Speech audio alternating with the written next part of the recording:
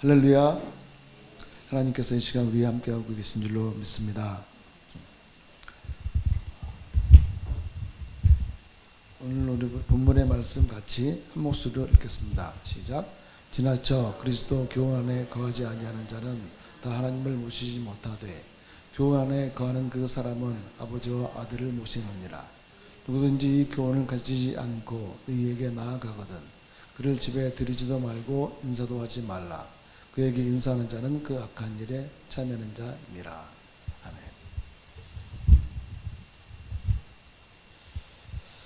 아멘. 우리가 이단에 속한 그 사람들을 대하는 어떤 자세로서 이 구절을 많이 인용을 하는데, 사실 이 말씀에는 이단이라는 그 단어가 없습니다. 우리가 주목을 해서 한 단어는 지나쳐라는 그 말이 나오는데, 이것은 어떤 진리의 그 앞장서서 진리에 지나쳐서, 즉 진리를 지나서 진리가 아닌 것을 진리로 여기는 그 사람들이 집에 찾아 들어와서 우리 이쪽으로 가자, 우리한테 가자, 그것을 주입시키려고 하는 그 사람들 말하는 것이죠. 그 사람들을 너희는 집에 들이지도 말고 인사도 하지 말고 교제도 하지 말아라. 너희들 이단 사상을, 잘못된 어떤 사상을, 즉 예수 그리스도는 신이 아니다, 하나님의 아들이 아니다, 그러니까 흔히 말하는 삼위일체를 부정한다, 그런 이단의 어떤 요소를 가진 사람들이 너희와 교제하여서 그 사상을 주입시키려고 하거든 그 사람들과 교제하지 말아라. 그런 어떤 것을 말을 하고 있는 것이죠. 그러나 그런 것을 제외하고 일상적인 어떤 대화나 교제나 교류하는 것은 너희가 금하는 것이 아니다. 함께 해라. 그런 것이죠. 만약에 불교나 천주교나 다른 어떤 종파에 있는 사람들하고 우리가 교류가 없다면 우리는 외로운 인생을 살 수밖에 없는 것입니다. 그래서 그리고 이 하나님께서는 왜 이 이단들과 이 타 종교를 그냥 허용하신 것일까? 놔두는 것일까? 왜 놔두겠습니까? 악도 필요하다 그랬습니다. 필요악이라는 그런 말 있잖아요. 그런 것처럼 하나님은 그런 이단들을 통하여서 우리가 좀 더 훈련되고 또 교육되어져서 하나님의 온전한 사람으로서 성장시키는, 안주하지 않도록 회초리를 드는 그러한 도구로 사용을 하고 있는 것이 아닐까, 그런 생각을 해보게 됩니다. 그래서 저놈 나쁜 놈들이야, 저놈들은 우리가 상종하지 말아야 돼, 그런 식으로 터부시하는 것이 아니라 오히려 그들을 통하여서 혹시 내가 지나치고 있는 것이 무엇일까, 내가 모르고 있는 것은 무엇일까, 내가 알지 못하고 있는 것은 무엇일까, 내가 좀 더 하나님에 대해서 알아가야지, 그런 회초리로 우리가 삼으면 더욱더 우리가 성장하는 모습이 나에게 있지 않을까, 그런 생각을 해보게 됩니다. 그래서 저는 시간이 된다면, 기회가 된다면 앞으로 쭉 이단들에 대해서 한번 같이 나눠볼까 생각을 합니다. 그래서 오늘 제목도 기독교와 이단, 그 중에서 오늘은 특히 여호와의 증인, 그래서 잠시 알아보도록 하겠습니다. 이 옆에 보게 되면 여호와의 증인 많이 있잖아요. 가판대에다가 책자를 걸어놓고 아무 말도 안 해요. 지나간 사람들 아무 말 안 합니다. 그냥 관심 있는 사람들한테만 얘기를 합니다. 그리고 관심 있는 사람들한테만 이렇게 책자를 전해주고, 사실 예전에는 이 파수대나 이 깨어라 이런 책자를 집집마다 이렇게 다 돌았어요, 이 사람들이. 그리고 이 사람들은 돌 때 여기는 좀 반응이 있는 집안이다, 여기는 전혀 이렇게 문도 안 열어주고 전혀 이렇게 냉담하다, 이 사람은 조금 이렇게 기미가 보이는데 이렇게 리스트를 작성을 해가지고 한 적이 있었거든요. 근데 요즘에는 그런 것도 안 하더라고요. 그래서 오늘은 기독교 이단, 특히 오늘 여호와의 증인에 대해서 잠시 살펴보도록 하겠습니다.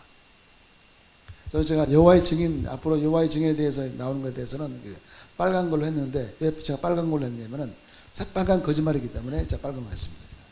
자, 여호와의 증인. 여호와의 증인은 1870년대 미국 펜실바니아에서, 그러니까 찰스 러셀이 인도하는 성경 공부에서 시작을 했죠. 그래서 우리나라에는 10년도인가 1910년도인가 12년도에 우리나라에 들어왔습니다. 그래서 여호와의 증인이 우리나라에 들어온 연도는 약 100년이 넘습니다. 약 110년이 넘어요. 그래서 교세는 한 1990년도 초반만 해도 약 8만 명 정도 됐었는데 요 근래에 한번 조사를 해보니까 약 10만 명 정도 된다고 그래요.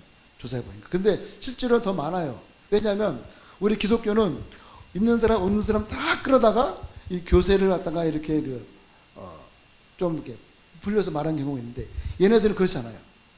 여호와의 증인은 그러니까 그냥 예배만 드리는 사람은 교인 숫자로 안 쳐요. 교인 숫자를 안 치고 나가서 전도하는 사람들 가운데 예배 드리는 사람들을 교인 수로 칩니다. 그래서 실질적으로 약 한 14만 명이 좀 넘는다 그래요. 근데 우리나라 정부에서 말하는 사람은 약 14만 명 정도가 되는데 여호와의 증인에서 말하는 신도수는 약 10만 명 정도를 말하고 있습니다. 오히려 우리 기독교는 더 부풀려서 얘기하는데 이 사람들은 오히려 숫자를 더 줄여서 말합니다. 그래서 여호와의 증인이 출판물이 있죠. 그리고 잘 아시는 대로 정기적으로 발행되는 이 파수대, 워치타워, 깨어라, 그리고 성서는 실제로 무엇을 가르치고 있는가, 이것이 이들이 정기적으로 간행하는 그 발행물들인 것입니다. 굉장합니다, 이 사람들. 그리고 아무나 그 교회에 못 들어갑니다. 인정하는 사람만 그 교회에 들어갈 수 있어요. 신천지도 다락방 교육을 받고 시험에 통과한 사람이 그 성전에 들어가듯이 여호와의 증인도 마찬가지입니다. 철저하게 신앙적인 교육을 시켜가지고 정예 멤버가 그 교회에 들어가는 거예요, 사실. 그래서 이 멤버들도 약 두 부류로 나오는데 크게는 이 전도인과 이 파이노니아로 나눕니다. 이 전도인은 그냥 자기가 알아서 이렇게 전도하는 사람. 이 사람들까지 교인으로 쳐줘요. 그리고 그 다음에 좀 더 이렇게 나아가서 이 파이노니아가 있는데, 파이노니아가 우리가 잘 아시는 대로 이 개척자인데, 자기가 이 말씀으로 이 사람들을 개척을 해서 따라오게 만드는 역할을 하는 사람이 파이노니아입니다. 그래서 이 파이노니아에도 보통이 있고 정규가 있고 특별히 있어요. 그래서 이 보조 파이노니아는 한 달에 30시간 이상, 30시간 정도 전도 활동을 하는 사람을 말합니다. 그러니까 하루에 몇 시간이죠? 1시간 이상씩. 그리고 우리가 1시간 이상씩 우리가 하루에 전도하고 있나요? 저도 못하고 있습니다. 그리고 이 정기 파이오니아, 이 사람들 한 달에 50시간 이상씩. 그래서 1년에 600시간 이상을 전도에 할애하는 사람들을 말하는 것입니다. 그러면 하루에 몇 시간이죠? 1시간 반인지 1시간 40분 정도를 갖다가 하루에 꼬박 전도를 해야 한 달에 50시간 전도를 채울 수가 있는 거예요, 시간을. 그리고 특별 파이오니아, 이 사람들은 굉장한 사람들입니다. 한 달에 120시간 이상씩. 그러면 하루에 몇 시간이죠? 하루에 3시간, 4시간을 갖다가 전도에 할애하는 사람들인 것입니다. 기가 막힌 거 아니겠습니까? 우리는 그렇게 못하고 있잖아요. 그리고 이 사람들은 철저한 그 순종을 요구하고 있습니다. 철저한 순종을 요구하고 있는데, 성령에 의해서 인도함 받고 있다고 이 8명의 핵심 멤버들이 있습니다. 이 8명의 핵심 멤버들이 이 워치타워 중앙 장로회에서 활동한 사람들인데, 이 사람들이 모든 교리나 이런 것들을 만들고 또 이렇게 전파를 합니다. 각 지부에. 한국 지부에 전파하면 한국 지부에서 그 속해 있는 모든 그 여호와의 증인 왕국회관에 그 전파를 하는데, 이 사람들이 하는 그 모든 그 말들은 절대적인 어떤 그 권력이 있습니다. 이들이 말하는 거, 이들이 워치타워 중앙 장로회에서 내려오는 이 어떤 교리에 대해서 누구든지 반박하면 안 됩니다. 이의를 제기해서도 안 되고 문제점을 제기해서도 안 되는 것입니다. 사실 이 사람들이 1914년도와 1975년도인가 이때 예수님께서 재림을 했다고 이렇게 했지 않습니까? 근데 다 틀렸잖아요. 근데 다 틀려도 이거에 대해서 이의를 제기해야 됩니까? 말아야 됩니까? 하지 말아야 된다는 것이죠. 틀릴 수도 있으니까 하지 말아야 된다. 절대적인 어떤 권력을 갖고 있습니다. 이 8명 핵심 멤버들이. 그리고 이들이 잘못된 교리를 전했다 할지라도 그들 처음에는 무조건 다 따라야 된다. 나중에 수정할지언정. 근데 우리 기독교는 어떻습니까? 조금만 잘못해도 뭐가 어쩌니 저쩌니 막 하잖아요. 그래서 막 분란을 일으키고 분파를 일으키고 막 그러잖아요. 목사님이 좀만 잘못하면, 성도가 좀 잘못하면 지적질하고 안 된다. 그래서 내가 잘났다. 그래서 막 찢어지고 그러잖아요. 근데 여호와의 증인은 그렇지 않습니다. 그래서 만약에 이 문제점을 제기한다든지 이 일을 제기한다든지 그러면 너는 배교자야 하고 내쫓아버립니다. 이 여호와의 증인이 뭐를 부정하느냐면 첫 번째로 삼위일체 교리를 부정합니다. 삼위일체 교리를 부정해요. 삼위일체 교리가 무엇입니까? 성부 하나님, 성자 예수님, 또 성령 하나님이 한 분이라는 거예요. 알기 쉽게 잘 아시도록 여러분, 물이 있습니다. 물이 뭐로 변할 수 있죠? 얼리면 얼음이 되어서 고체가 될 수 있고, 그것이 열을 받으면 어떻게 됩니까? 수증기로 날아갈 수 있죠. 그리고 기체가 되죠. 그러냐? 그것이 다 모여서 뭐가 되죠? 결국 물이잖아요. 바로 이 물이 서로 모양도 다르고 또 이름도 다르고 하는 역할도 다르지만 근본은 모두 물이라는 거예요. 그렇듯이 아버지와 아들과 성령은 모두 본질적으로 하는 역할은 다를지 모르지만 다 하나이다. 그걸 우리에게 보여주고 있습니다. 아주 간단한 예로 들어 말씀드린 거예요. 그리고 이 삼위의 그 하나님은 한 분이신 것을 성경 여러 곳에서 이렇게 증거를 하고 있는데, 여호와의 증인은 왜 삼위일체를 부정하느냐? 삼위일체라는 이 말이 성경에는 없다는 거예요. 삼위일체 그 단어가 성경에는 없으니까 삼위일체는 아니다는 거예요. 그렇지만 성경에는 뭐라 했습니까? 창세기 1장 26절에 하나님이 이르시되 우리의 형상을 따라 우리의 모양대로 우리가 사람을 만들고 라고 했습니다. 마태복음 28장 19절에 뭐라 했습니까? 그러므로 너희는 가서 모든 민족을 제자로 삼아 아버지와 아들과 성령의 이름으로 세례를 베풀고 라고 했듯이, 이뿐만 아니라 성경 곳곳에서 하나님과 예수님과 성령이 같은 급으로 활동하는 것을 우리에게 여러 군데서 우리에게 보여주고 있는 것입니다. 그 여호와의 증인은 예수님이 삼일체를 부정하니까 예수님이 하나님인 것을 부정해요. 그렇지만 빌립보서 2장 5절 6절에 뭐라 했습니까? 너희 안에 이 마음을 품으라 곧 그리스도 예수의 마음이니 그는 근본 하나님의 본체시나, 그 다음에는 하나님과 동등됨을 여기지 아니하고 사람의 모양으로 나타내셔서 이 땅에 종의 모습으로 이 땅에 오셨다 그랬잖아요. 바로 예수님은 그 성경에 분명히 하나님이라고 우리에게 말씀해주고 있다고 하는 것이죠. 또 여호와의 증인이 말하는 이 구원을 얻기 위한 그 조건이 있습니다. 그것이 뭐냐? 이 파수대에서 나오는, 파수대에서 기록되어진 그 글을 통해서, 그 가르침을 통해서 성경을 연구하고 하나님과 예수님에 대한 지식을 습득을 해야 된다는 것이죠. 그리고 이들은 수혈을 금지를 해야 된다. 생일이나 각종 어떤 국정일, 뭐 이런 것, 경축일 이런 것들 절대로 기념하는 것을 금지합니다. 파수도가 제정한 모든 규칙들을 지키고 순종을 하는 것이 이들은 구원을 얻는 조건이라고 말하고 있습니다. 그리고 여호와의 증인이 전도사에게 참여하는 것, 이것이 구원의 그 조건에 해당한다고 말하고 있는 거예요. 그래서 이 사람들은 전도에 그렇게 목숨을 거는 것입니다. 전도에 목숨을 거는. 그래서 사실 우리가 알게 모르게 지금 여호와의 증인이 굉장히 늘어나고 있다고 하는 것이 통계적으로 나와 있습니다. 지금 기존의 우리 기독교는 점점 줄어들고 있는데 여호와의 증인은 점점 늘어나고 있어요. 이 사람들이 아무 말 하지 아니하고 가판대에다 잡지를 걸어놓고 가만히 서 있는 것처럼 보이지만 그것에 관심을 보이는 사람한테는 적극적으로 그들을 철저하게 교육을 시키는데, 사실 그 사람들은 우리와 같은 성경을 안 씁니다. 우리와 같은 비슷한 성경을 쓰는데 무슨 신세계 개혁인가 뭔가 그들에 맞는, 그들의 교리를 짜 맞추는 성경을 그들은 새로 다시 갖고 있어요. 우리 같은 성경을 갖고 있는 것처럼 보이는데 그들에게 맞는 성경을 가지고 있어요. 마치 카톨릭이 기존에 66권을 쓰다가 연옥설이라든지 뭐 그런 걸 다가 뒷받침하기 위해서 성경을 외경 위경을 합해서 약 72권인가를 가지고 있죠. 그 사람들은. 그들도 처음 66권이었어요. 그런데 나중에 외경 위경을 더해서 그들은 72권을 갖고 있듯이 이 여호와의 증인도 그들에게 맞는 교리를 뒷받침하기 위해서, 잘못된 교리를 뒷받침하기 위해서 잘못된 성경을 그들은 위장으로 가지고 있는 것입니다. 그리고 그것으로 교육을 시키고 있기 때문에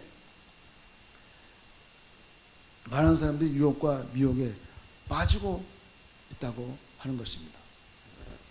그래서 이 사람들은 그 성경을 그래서 이 사람들이 어떠한 것들을 기독교에서 철저히 배격을 하고 있죠. 뭡니까?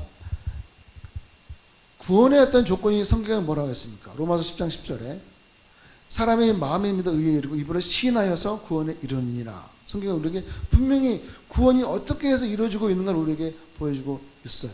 그리고 에베소 2장 8절 9절은 뭐라 했습니까? 너희는 그 은혜에 의하여서 믿음으로 말미암아 구원을 받았으니 이것은 너희에게서 난 것이 아니요 하나님의 선물이라. 행위에서 난 것이 아니니 이는 누구든지 자랑하지 못하게 합니다. 우리의 구원은 어떠한 그 행위에 의해서 나타나는 것이 아니라 믿음에 의해서 나타나는 것이고, 믿음에 의해서 구원을 받은 그 은혜에 감사해서 우리가 올바른 행동을 하는 것이지 행위가 먼저 구원의 조건이 되는 것이 아니라는 것이죠. 그런데 이 사람들은 뭡니까? 믿음 이전에 그들이 말하고 있는 어떤 행위에 의해서 선행을 해야 된다. 또 여호와의 증인에서 제시한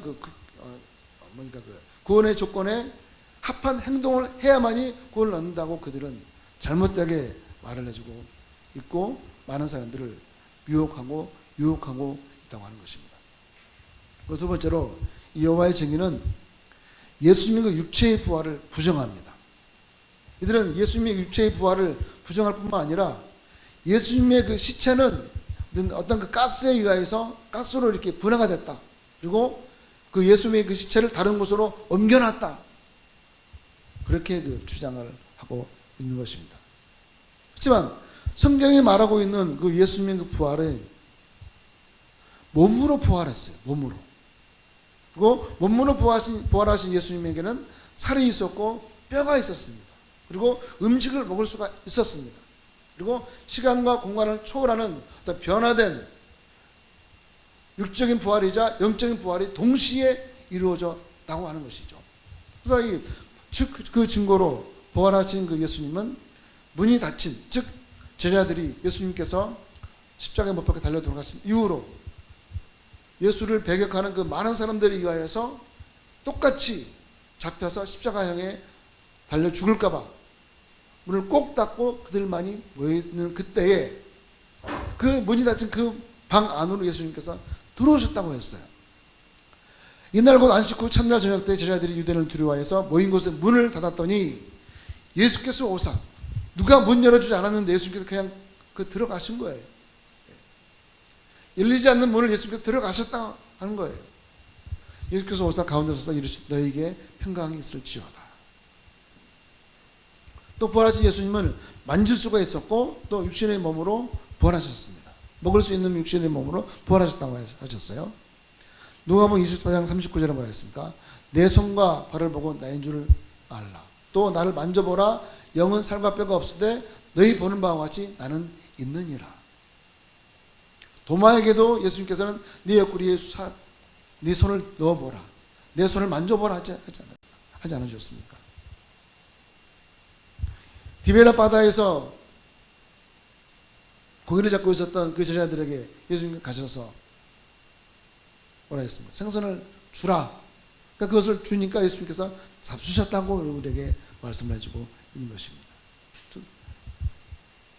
그래서 성경은 분명히 우리에게 이처럼 몸의 부활이자 영적인 신비한 부활로 예수님께서 다시 살아나셨다는 것을 증거를 하고 있는데 이 여호와의 증인은 예수의 부활을 믿지를 않습니다. 부활이 없다고 이렇게 말을 하고 있는 것입니다. 그리고 이들은 또 예수님이 이미 재림하셨다 그렇게 말하고 있습니다. 이들은 1914년도에 1975년도에 이 종말론을 주장하였지만 다 틀렸죠. 그리고 이 사람들은 예수님은 1874년에 이미 공중에 재림하셨다. 그리고 사도들과 죽은 자들은 부활하여서 공중에서 그리스도와 함께 있다고 이렇게 주장을 하고 있어요. 또 예수님께서 1914년도에 여호와의 증인들 가운데 재림하셨고 그의 백성을 통해서 이 세상을 지배하는 왕이 되셨다고 이 허황된 얘기를 우리 입장에서 봤을 때는 하고 있는 것이죠. 하지만 이들이 가르치면 철저하게 비성경적인 것입니다. 성경은 예수님의 그 재림을 아무도 모르는 가운데서 도적같이 갑자기 올 수는 있지만은 아무도 보지 못하는 가운데 예수님께서는 재림한다고 하지 않으셨어요. 누구나 다 볼 수 있는 가운데 예수님께서는 재림한다고 하셨어요. 전 세계의 그 모든 사람들이 예수님의 그 재림을 볼 수 있는 가운데 예수님께서는 재림하신다고 말씀해주고 있는 것이에요. 마태복음 24장 30절에 뭐라 했습니까? 인자가 구름을 타고 능력과 큰 영광으로 오는 것을 뭐 했습니까? 보리라. 보리라. 우리가 살아있을 때 예수님이 오신다면 예수님이 하늘에서 구름 타고 오시는 것을 우리는 볼 수가 있다고 하는 거예요. 근데 그들은 이미 예수님께서 재림하셨다고 말하고 있어요. 그래서 여호와의 증인들과 함께 지금 천국에서 지금 왕노릇하고 있다고 말하고 있어요. 계시록 1장 7절에 뭐라 했습니까? 각인이 그를 보겠고 그를 찌른 자들도 예수를 볼 터이요. 예수님께서는 모든 사람들이 보는 가운데 재림을 하신다고 우리에게 말씀해주고 있으므로 여호와의 증인이 말하고 있는 예수님이 이미 재림하셨다고 하는 그 사상에 대해서 철저히 여러분께서 배격을 하시기 바랍니다. 그리고 이 사람들은 가장 사람들이 혹할 수 있는 주장을 하고 있는데 지옥은 없다. 지옥은 없다. 지옥의 형벌을 이렇게 부정하고 있어요. 왜냐? 지옥은 사랑이 많으신 하나님과는 반대가 되기 때문에 어떻게 사랑이 많으신 하나님께서 지옥에 사람들을 넣을 수가 있냐? 그렇게 주장을 하고 있다고 하는 것입니다. 그래서 사람들에게 안심을 줘요. 안심을. 지옥에 대한 불안감이 있는 사람들한테 안심을 줘요. 그리고 그들이 갖고 있는 성경으로 그것을 가르치고 있다고 하는 것이죠.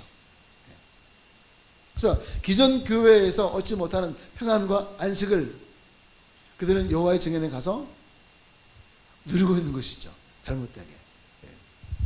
그렇지만 성경은 뭐라 했습니까? 마태복음 10장 28절에 뭐라 했습니까? 몸과 영혼을 능히 지옥에 멸하시는 자를 두려워하라. 하나님은 분명히 몸과 영혼을 멸할 수 있는 지옥을 예비해 놓고 있다고 말해주고 있는 것입니다. 마치 이들은 그러니까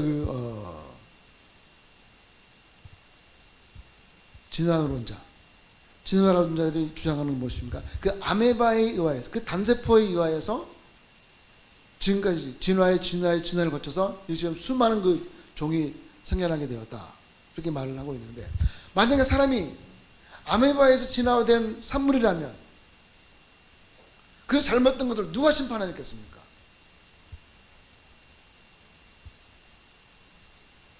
이 진화론자들의 어떤 그 말에 의하면 잘못된 거에서 누구도 심판할 수가 없어요. 정죄할 수가 없어요.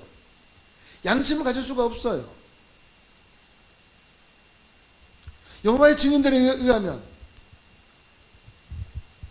사랑만을 주장하는 하나님을 강조하는 그들 말도 한다면 잘못된 것에 대해서 누가 심판을 하죠? 잘못된 것에 대한 정죄함이 없다면, 심판이 없다면 천국과 지옥이 무슨 소용이 있겠습니까? 아무 소용이 없는 것이죠.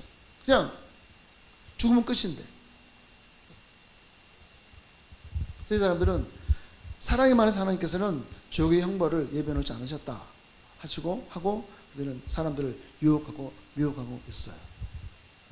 마가복음 9장 43절을 보게 되면 너희가 죄를 짓고 온전한 눈으로 온전한 발로 지옥에 가는 것보다 차라리 눈이 빠지고 한쪽 팔이 없고 한쪽 팔이 잘려진 채 천국에 가는 것이 더 나을 것이다 우리에게 말해주고 있는 것입니다. 그래서 성경은 곳곳에 지옥의 형벌에 대해서 우리에게 말해주고 있는 것입니다. 그래서 그래서 이 사람들은, 여호와의 증인은 구원을 얻는 사람들 중에서도 두 부류의 사람이 있다고 말합니다.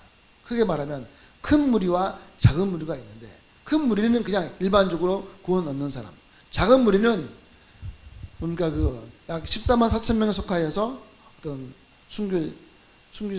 순교자라든지 무슨 하나님의 영광을 크게 쓰임 받는 어떤 그런 사람들이 있다고 그래요. 그래서 이 큰 무리는, 일반적인 큰 무리는 천국이 아니라 이 땅을 지상으로, 이 땅의 그 지상을 천국으로 만든 이 지상의 천국에서 천국을 누릴 것이고, 작은 무리들은 천국에서 영생을 누리는 가운데 이 땅의 모든 것을 다스릴 것이다, 이렇게 주장을 하고 있는 것입니다. 하지만 성경은 이 사람들의 말을 정면으로 이렇게 배격을 하고 있죠. 성경은 지상 천국과 하늘 천국을 나누지 않았어요. 이 땅에게 모든 것은 다 없어진다고 그랬어요. 베드로후서 3장 12절 13절에 뭐라 했습니까? 하늘이 불에 타서 풀어지고 물질이 뜨거운 불에 녹아지려니와 우리는 그 약속대로 의가 있는 곳인 새하늘과 새 땅을 바라보도다. 이 땅에게 모든 것은 사라진다고 했지, 이 땅의 모든 것을 고쳐서 천국으로 만든다고 성경은 말하지 않았어요. 그리고 중요한 것은 우리는 너는, 나는, 큰 무리 작은 무리, 너는 나는 나누지 않으셨어요. 요한계시록 뭐라 했습니까? 내가 새 하늘과 새 땅을 보니 처음 하늘과 처음 땅, 즉 우리가 살고 있는 이 땅의 그 모든 것이 없어졌고, 사도 요한이 환상 중에 본 것을 말하고 있지 않습니까? 우리가 살고 있는 이 새하늘, 내가 천국에 올라가서 이 밑을 보니까 우리가 살고 있었던 그 하늘과 땅이 다 없어졌다고 그랬어요. 바다도 다시 있지 않더라 했습니다. 하늘, 땅, 바다가 다 없어졌다고 그랬어요. 그리고 하나님 예비해 놓으신 천국만이 따로 있는 것이고, 그곳에 우리가 가는 것이지 큰 무리 작은 무리 나누어서 가는 것이 아니다, 우리에게 성경은 분명히 말씀해주고 있는 것입니다. 그런데 여호와의 증인은 큰 무리와 작은 무리로 나눠서 지상 천국에서, 하늘 천국에서 무리가 나뉘어서 살게 될 것이다 하고 이렇게 잘못된 것을 가르치고 있는 것입니다. 그래서 이단이에요. 성경은 모든 믿는 자에게 차별 없는 구원을 주신다고 우리에게 말해주고 있어요. 로마서 10장에 뭐라 했습니까? 성경에 이르되 누구든지 예수 믿으면, 요한복음 3장 16절에 그랬지 않습니까? 누구든지 예수 믿으면 부끄러움을 당하지 아니하리라. 헬라인이나 유대인이나 차별이 없음이라. 하나님은 너 이스라엘 민족이기 때문에, 너는 이방 민족이기 때문에 차별을 한다, 그러지 않았어요. 예수 믿으면 누구든지, 구원 얻는 사람 그 누구든지 차별 없이 주의 나라로, 하나님 천국으로 이끄신 분이 바로 하나님이시라 우리에게 분명히 말씀해 주고 있습니다. 한 분이신 주께서 모든 사람의 주가 되사 모든 사람에게, 부르심 받은 그 모든 사람에게 부여하시도다. 누구든지 주의 이름을 부르는 자는 구원을 받으리라. 누구든지. 또 성도들이 그리스도와 더불어 왕노릇 하리라 그랬는데, 계시록 20장 4절에 뭐라 했습니까? 그리스도와 더불어 1000년 동안 왕노릇하니. 지상에서 천국에서 왕노릇하는 것이 아니라 누구든지 구원받고 누구든지 예수님과 왕노릇한다고 성경은 우리에게 말해주고 있는 것이지, 작은 무리 큰 무리 나누어서 구별해서 차별해서 있는 것도 사는 것도 무슨 노릇하는 것도 차별해서 하신다고 하지 않았어요. 그래서 여호와의 증인이 구원의 교리가 주의 주장이 뭡니까? 구원을 받으려면 여호와의 증인이 일원이 되어야 된다. 흔히 이단들이 그렇지 않습니까? 우리에게만 구원이 있다 그러죠. 우리에게만. 이단의 가장 큰 특징이 뭐냐? 우리에게 와야 된다. 우리에게만 구원이 있다. 그렇게 말하는 게 특징이에요. 마찬가지로 이 여호와의 증인도 우리 여호와의 증인의 일원이 되어야 된다. 그래야 구원이 있다 말해주고 있어요. 구원은 은혜를 받지 않고 행위로 받는다고 말해주고 있습니다. 성경은 뭐라 했습니까? 행위로 구원받는 것이 아니다. 행위로 할 것 같으면 우리가 잘하는 것이 많기 때문에 행위로 구원받는 것이 아니라 믿음으로 구원을 받는다고 우리에게 말해주고 있는 거예요. 그리고 구원을 받으려면 반드시 전도해야 된다. 그래서 그들은 전도에 목숨을 거는 거예요. 알게 모르게 지금 여호와의 증인이 지금 성장하고 있어요. 외적인 요인으로는 집총 거부에 대한 판결을 나라에서 인정해 줬잖아요. 대체 법무로 인정을 해 줬잖아요. 그래가지고 많은 젊은이들이 여호와의 증인으로 지금 가고 있는 현상들이 벌어지고 있다고 하는 거예요. 그리고 죽는 날까지 전도하지 않으면 구원이 없습니다. 그것이 주요 사상입니다. 우리가 해야 되는데 그 사람들은 죽는 날까지 전도하지 않으면 구원이 없다고 말해주고 있어요. 그래서 결론적으로 지금 우리 국가와 이 사회에 무리를 일으키고 또 진리를 보거나 알지 못하도록 하는 이 이단의 세력을 우리가 철저하게 배격을 하려면 우리가 말씀을 우리가 잘 알아야 되고 말씀을 우리가 잘 읽어야 되고 또 말씀을 우리가 잘 공부를 해야 되는 것입니다. 저들에 물들지 않으려면. 그래서 우리가 말씀과 성령을 우리가 무장을 해야 돼요. 그래서 주의 나라와 영광에 아름답게 쓰임받고 이단 사상을 철저히 배격하고 물리치고 또 신앙의 아름다운 무장을 이루어서 주의 영광을 아름답게 드러낼 수 있는 우리 모두가 되시기를 예수의 이름으로 축원합니다. 기도하겠습니다. 사랑이 많으신 아버지 하나님, 이단들은 철저하게 공부합니다.